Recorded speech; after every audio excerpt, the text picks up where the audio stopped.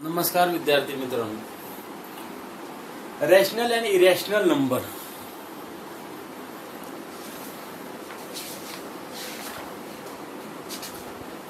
परिमेय व अपरिमेय संख्या यामधील पुढील भाग पाहणार आहोत आपण. Decimal representation of A rational number. परिमेय संख्येचे दशांश रूप. तर दशांश रूप कशाला म्हणायचं आहे? परिमेय संख्येच्या अंशाला. परिमेय संख्या म्हणजे काय की ज्या संख्येला अंश आणि छेद असतो आणि छेद हा शून्य सोडून कोणताही अंक असतो त्याला आपण काय म्हणतो? परिमेय संख्या. परिमेय संख्येच्या अंशाला छेदाने भागून ती संख्या दशांश अपूर्णांकात व्यक्त करता येते. म्हणजे अंशाला आणि अंशाला छेदानं भागल्यानंतर जे उत्तर येतं या दशांश अपूर्णांकाला त्या परिमेय संख्येचे दशांश रूप असे म्हणतात. म्हणजे अंशाला छेदानं भागल्यानंतर जे आपल्याला संख्या मिळते त्याला आपण त्या संख्येचं दशांश अपूर्णांक रूप असं म्हणणार आहे. आता इथं एक पहिलं उदाहरण मी तुमच्या समोर दिलेलं आहे. 11/4. म्हणजे 11ला जर 4 भागलं, 11ला 4 भागल्यानंतर उत्तर येतं 2.75 आणि इथं पूर्ण भाग जातो, बाकी 0 येते. त्याचप्रमाणे 41ला 4 भागलं तर 41ला 4 भागल्यानंतर सुद्धा उत्तर 10.25 येतं आणि बाकी 0 येते. अशा इथं भागाकाराची क्रिया इथं काय होते? पूर्ण होते. अशा भागाकाराच्या क्रिया पूर्ण झाल्यानंतर या परिमेय संख्याच्या दशांश रूपाला खंडित दशांश रूप असं म्हणतात. खंडित म्हणजे का? तिथं भागाकाराची प्रक्रिया संपलेली आहे. त्याला आपण काय म्हणणार आहे? Terminating decimal form. Terminating decimal form असं त्याला म्हणणार आहे आपण. म्हणजे इथं आपलं काय केलंय? भागाकाराची प्रक्रिया पूर्ण झालेली आहे. आता दुसरं उदाहरण तुमच्या समोर आहे. 17/6. 17ला जर मी 6 भागलं, 17 हा अंश आहे, छेद 6 आहे.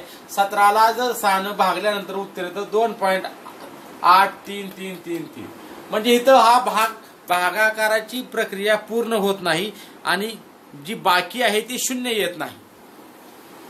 5ला 3 भागलं, 5ला 3 भागल्यानंतर इथं उत्तर येतं 1.6666 असं अनंत. मग इथं सुद्धा भागाकाराची प्रक्रिया पूर्ण होत नाही, तिथं बाकी 0 येत नाही. म्हणून त्याला आपण काय म्हणणार आहे? अखंड आवर्ती दशांश. अखंड म्हणजे पुन्हा पुन्हा येणार आहे. आवर्ती म्हणजे पुन्हा पुन्हा येणे. म्हणून त्याला आपण काय म्हणणार आहे? Non terminating recurring decimal form. म्हणजे अखंड आवर्ती दशांश रूप असं त्याला म्हणणार आहे. आता आपल्याला इथं जर पाहिलं आपण तर इथं दशांश रूपाचं खंडित रूप आहे, तर टर्मिनेटिंग डेसिमल फॉर्म आहे. तर हे जे खंडित दशांश रूप आहे त्याला आपल्याला अखंड आवर्ती दशांश रूपामध्ये ते मांडू शकतो आपण. तर ते कसं मांडता येतं आपल्याला? हे जे खंडित आहे त्याला अखंड करायचं असेल तर 2.75 हे जे आपलं उत्तर आलेलं आहे ते आपलं उत्तर आहे असं लिहायचं आहे. आता आपल्याला काय करायचंय? ह्याला अखंड आवर्ती करायचं आहे. अखंड आवर्ती म्हणत आपल्याला अंक तर नाही, अंक नसल्यामुळे आपण फक्त काय करणार आहे? याच्या पुढे 0 लिहिणार आहे आणि 0 लिहून त्या शून्याच्या वर टिंब देणार आहे आणि मग ही जी संख्या आहे त्या संख्येला आपण अखंड आवर्ती दशांश रूप असं म्हणू शकतो. म्हणजे ह्याचं सुद्धा कसं येईल? 10.25 आहे असं लिहायचं आणि त्याच्या पुढे फक्त 0 लिहून त्याच्या डोक्यात टिंब लिहायचं. म्हणजे आपण ह्याच्या पुढे कितीही वेळा 0 लिहिलं तरी या संख्येची किंमत बदलत नाही. म्हणून आणि बदलत नाही म्हणून ही काय झाली? मग अखंड आवर्ती दशांश रूप झाली.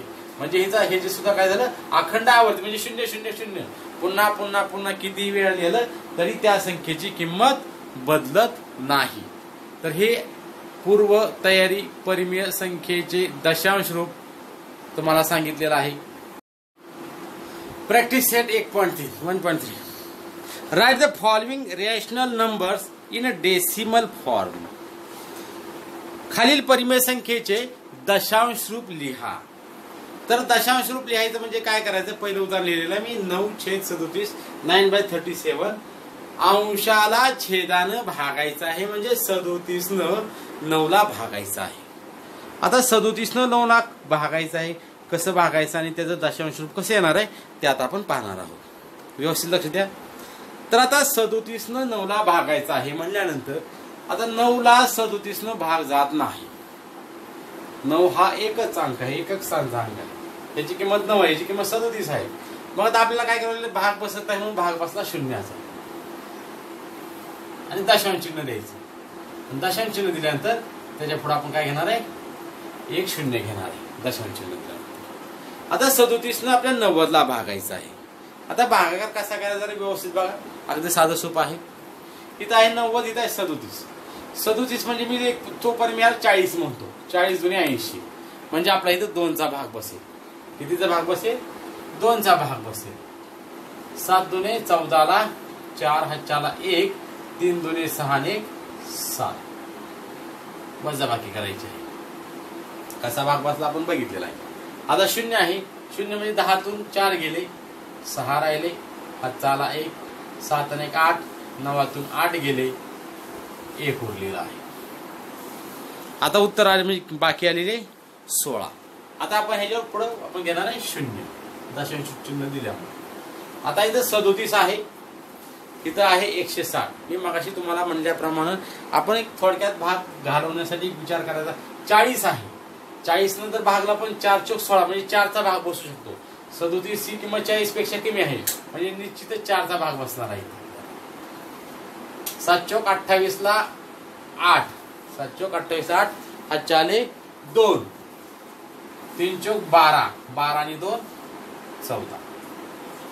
पुन्हा आपण यांची वजाबाकी करणार आहे. आपण व्यवस्थित लक्ष द्या. 10तून 8 गेले, 2 राहिले, हातचा आले 4 आणि 1 5, 6तून 5 गेलं, 1 राहिलं, 1 आतून 1 गेलं 0. आता परत आपण ह्याच्या पुढे शून्य घेणार आहे. मग अशी आपण विचार केल्याप्रमाणे हे 40 धरला आपण, 4 त्रिक 12 म्हणजे 3चा भाग बसली. तर आता आपल्याला 120, 37 आहे, 3चा भाग निश्चित बसणार आहे. 7 त्रिक 21 ला 1, हातचे आले 2, 3 त्रिक 9, 9 आणि 2 11. 10तून 1 गेलं, 10 म्हणजे 10तून 1 गेलं, 9 राहिलं, हातचा आला 1, 1 आणि 2, 2 आतून 2 गेलं 0, 1 आतून 1 गेलं 0, 9. आता आपण काय करणार आहे पहा, आपलं सुरुवातीचा अंक होता 90. आपण भागाकाराची प्रक्रिया करत असताना आपण विचार केला नाही, आपण भागाकार करत आलो. जेव्हा आपण जिथून सुरुवात केली होती तो अंक आल्यानंतर आपल्याला इथं काय करायचं आहे, भागाकाराची प्रक्रिया स्टॉप करायची आहे म्हणजे बंद करायची आहे. आता जर आपण इथं परत भागलं तर बघा इथं 90 आलेला आहे. आता परत आपला भाग 37 आहे, परत 2चा भाग बसेल, त्यानंतर परत बाकी 16 येईल. अशा पद्धतीनं इथं काय झालेलं आहे, आता पुन्हा पुन्हा पुन्हा तीच भागाकाराची प्रक्रिया परत त्याची पुनरावृत्ती होणार आहे. मग आता इथं आपण भागाकार स्टॉप केला तर उत्तर कसं लिहायचं आता 9/37. 9 ला आपण 37 न भागलं, भागल्यानंतर उत्तर किती आलं 0.243.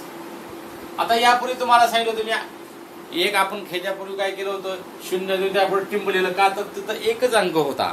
इथं जर पाहिलं आपण तर पुन्हा इथं 2 येणार आहे, पुन्हा परत भागल्यानंतर 3 येणार आहे, पुन्हा 4 येणार, परत 3 येणार. म्हणजे हा जो गट आहे या गटाची काय होणार आहे, पुनरावृत्ती होणार आहे.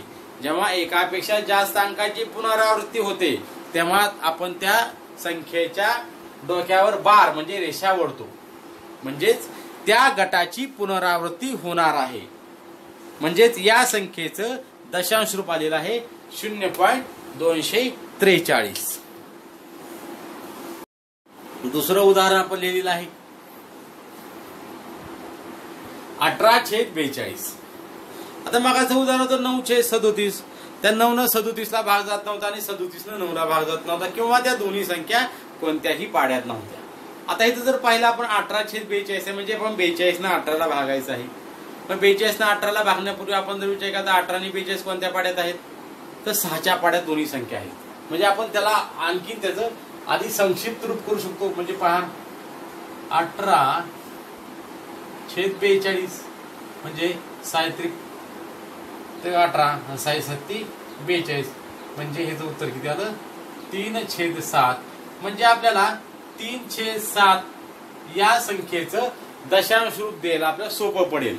18 ला 42 न भागण्यापेक्षा 3 ला 7 न भागलं तर आपलं उत्तर लवकर येणार आहे उत्तर तेच येणार आहे. 18ला 42 न भागल्यानंतर उत्तर जे येणार आहे तेच आपलं उत्तर 3ला 7 ने भागल्यानंतर येणार. म्हणजे आपण काय करू आता आपण 3ला 7 ने भागू.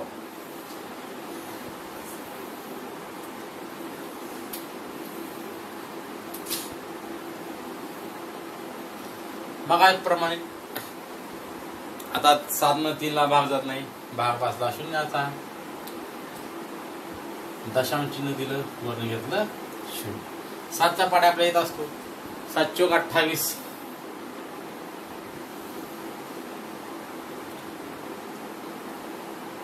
ते 7 8 10तून 8 गेले 2 राहिले 0 वरून घेतला 0. अगदी सोपा आहे.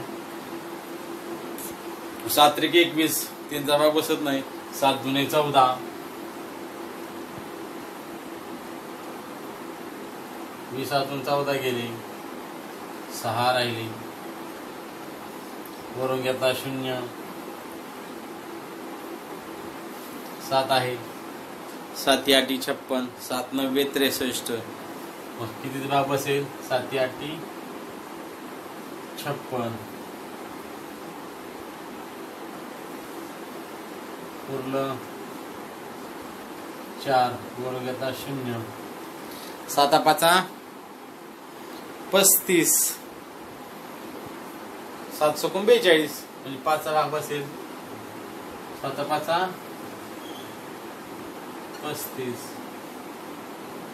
उरलं किती? 5 वरून घेतला 0.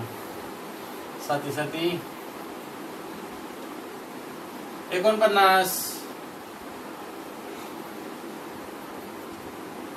50 मध्ये 49 गेले. उरला 1 वरून घेतला 0. 7 1 7. 10तून 7 गेले 3 राहिलं वरून घेतला 0. म्हणजे 30ला 30 आले. म्हणजे आता काय होणार आहे? परत भागल्यानंतर भाग बसेल 4चा, परत 2चा, परत 8चा, परत 5चा, परत 7चा, परत 1चा. म्हणजे हा जो गट आहे ह्या गटाची काय होणार आहे? पुनरावृत्ती होणार आहे. म्हणजे उत्तर कसं आलं? मग आपली संख्या आहे 18/42 बरोबर 0.428 5 7 आणि 1 त्या पूर्ण गटाची काय होणार आहे? पुनरावृत्ती होणार आहे. म्हणजे हे काय झालं? या संख्येचं दशांश रूप. प्रॅक्टिस सेट मध्येच आपण शेवटचं सोडून देतो मी तुम्हाला. -103/5 वजा 103/5. आता वजा 103/5 म्हणजे आपण काय करणार? अंश आहे वजा 103 आणि छेद आहे 5. वजा चिन्हाचा विचार आपण नंतर करणार आहे. जेव्हा उत्तर येईल त्या उत्तराला फक्त वजा चिन्ह द्यायचे. भागाकारामध्ये वजा चिन्हाचा विचार करायचा नाही. म्हणजे 103ला 5 न भागायचं आहे. साधा सोपा भाग आहे अगदी. आपण पाहू आता 5 आहे इथं 1 आहे 1ला भाग बसणार नाही. मग 10 शून्य घेतला आपण. 5 दुने 10.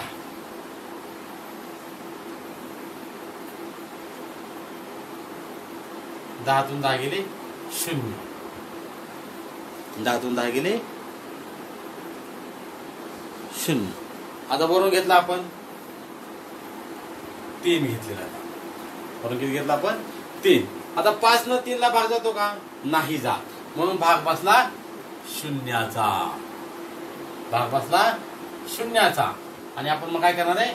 शून्याचा भाग बसल्यानंतर दशांश चिन्ह देणार आहे आणि वरून घेणार आहे 0. 3 होतं. 5 न 3ला भाग जात नाही म्हणून भाग बसला शून्याचा. दशांश चिन्ह दिला आणि 0 घेतलं. आता किती झालं इथं आपल्याकडे? झालं 30. आता 5च्या पाढे 30 आहे. 5 सख्खे 30. 30 वजा 30 0. म्हणजे इथं बाकी 0 आलेली आहे. जेव्हा बाकी 0 येते तिथं भागाकार प्रक्रिया संपते. त्यामुळे परत तिथं 0 घ्यायची काही गरज नाही. आता आपलं उत्तर किती आलेलं आहे? 20.6. मग आता उत्तर मांडायचं कसं आहे? -103/5 is equal to 20.6 आता उत्तर वजा आहे, संख्या वजा होती म्हणून त्याचं उत्तर काय केलेलं पण वजा लिहिलेलं आहे. अशा पद्धतीने आपण प्रॅक्टिस सेट 1.3 सोडवलेला आहे. आणखीन 2 उदाहरणं ह्याच्यामध्ये आहेत, त्याचा सराव तुम्ही करायचा आहे आणि ही उदाहरणं पूर्ण परत एकदा व्यवस्थित सोडवायची आहे.